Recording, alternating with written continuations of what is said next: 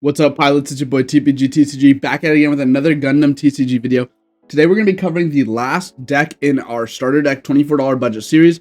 I know it's taking a while to get through these. I was really busy with school, but these last couple days I haven't had school and I haven't had work either, so I've been just able to crank out content. So there's a bunch more to come. Tomorrow, at the time of recording, this is Friday, the release day for set 1. I'm going to have my preliminary deck of every single deck archetype out by tomorrow morning, so that way you can enjoy that as well. But I wanted to make sure for those of you who can only get starter decks right now, I want to make sure you have comparable decks you can build with just 2 starter decks. So today is the last one, STO2 Wings of Advance. Let's get right into it.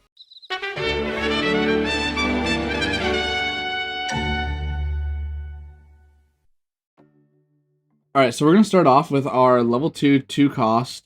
Our first one is going to be Maganak, who's a 3-2 vanilla.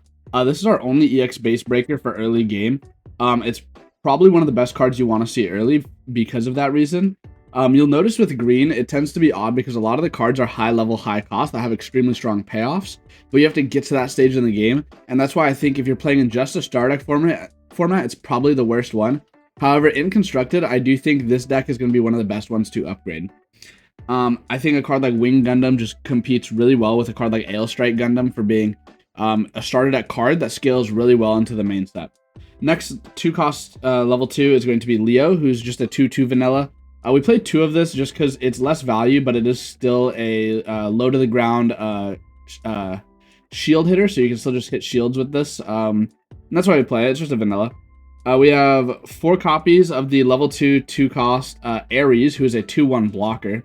I do believe this is one of the only blockers in our set deck, and that's why I play it, because like I said, you want to be able to get to that late game to drop like your Wing Gundam or your Tall Geese. Next, we have a really strong card that's going to actually be powerful in the main set as well. And we are moving on to our level 3s with this card. I think this might be the only level 3 we play. It's our level 3 cost, 2-2 Wing Gundam Bird Mode. It links with Hero Yui, and it has deploy place 1 EX resource. So you get to ramp 1, which is really, really nice for skipping your levels, as well as having more ways to pay that cost as the game progresses. Moving on to level 4s. We have 4 of our Gundam Sandrock. This is the only level 4 we play. It's level 4, 2 cost, 4-3. That stat line that you've heard me talk about in all of these videos. I think this is very good for the set 1 meta. It pairs with Quatre, and that's pretty much it. That is what it does, but it's a really good mid-range card because of its level and its stats. Next, we have 4 copies of our first LR. This is Tall Geese. So Tall Geese has active main once per turn, pay 4, set this unit to active, meaning you can swing with it. So you can swing with it and then pay 4 to untap it and swing again. So this is just a way to swing twice. It's 4-4, and it pairs with Zex Marquise. I'm not too sure on how good this card is. I know in the starter deck format, this card's actually pretty strong. In the starter deck format, but I don't know how this is going to do in the main set. I think this card does have quite a bit of potential, because paying 4 for an extra swing doesn't seem that bad. It just is a pretty high cost to do that, but obviously you won't do that the turn you play this unless it's really late in the game. But it can clear boards, or it can take multiple it's called shields. So yeah, that's Tall Geese. Our next level 5 is 4 copies of Gundam Heavy Arms. This is a level 5 3 cost that pairs with Troya Barton. It's a 3-4, but it has during your turn, when this unit destroys a unit with battle damage, deal 1 damage to all enemy units that are level 3 or lower. This is a really good way to combat the Zeon Rush deck, because by removing 1 body, you essentially remove their entire board, which is incredibly, incredibly strong.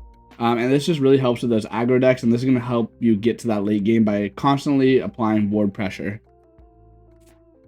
So that's it for our level 5s. Now we're moving on to level 6s. Yeah, this deck has level 6s. We have our last unit. This is Wing Gundam. This card's incredibly strong, and this is a card that I think you will see a lot of in set 1 meta. Any deck that plays green will probably be playing at least 3 copies of this. I think this card just does so much. It's a level 6, level 4. It's a level 6, 4 cost, 4-5 that pairs with Hero Yui. It has Breach 5, and this unit may attack. This unit may choose an active enemy unit that's level 4 or lower to attack. So essentially, you can swing over your opponent's unrested units remove a body, and then still breach 5 to break a base or a shield. Really, really strong. And then, of course, it does pair with its pilot, Hero Yui, who we are going to talk about right now. Moving on to the pilots, we have Hero Yui, who's +2/+1, level 4, 1 cost, and during Link, this unit gets +1 AP and +1 HP. So with the Wing Gundam, it makes Wing Gundam a 6/6, but because of its effect, it makes it a 7/7, which is really powerful and really big stat for a big unit like that. Next, we have 4 of our level 5 Zex Marquise, who's a level 5 1 cost. 2/1, again, adds burst add to hand. I should have mentioned Hero also has that. But during Link, during your turn, when this unit destroys an enemy unit with battle damage, draw 1. So, like I said, you can use Tallgeese to remove bodies. By doing that, you'll actually also plus, which is really good to have in this early game, which is very nice. So that's Zex Marquise and Hero Yui. Onto our commands, we play 2 copies of Siege Ploy. Siege Ploy has burst. Activate this card's main effect. Main or action, choose one enemy unit with level 5 with 5 or less HP and rest it. This is a 1 cost way to just tap down a blocker, or tap down a card to let Tallgeese swing over it, or one of your other bodies swing over it. But also, when your opponent declares an attack, you can play this to tap down another body that can potentially save you from a lethal play, which is very nice.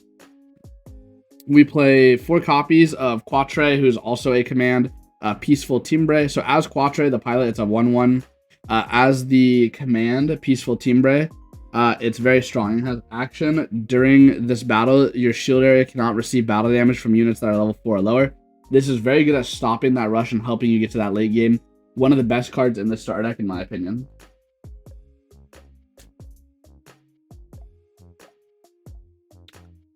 Next, we have 2 copies of Simultaneous Fire. This is a level 4 1 cost. It's also Troya Barton, who's a 1/1. And then main, choose one of your units, it gains breach 3. I don't like this as much, but if you are going to clear a body, this is a way to break EX base with a little dude. You can have like a Leo, and you can simultaneous fire it to swing over something and give it that breach.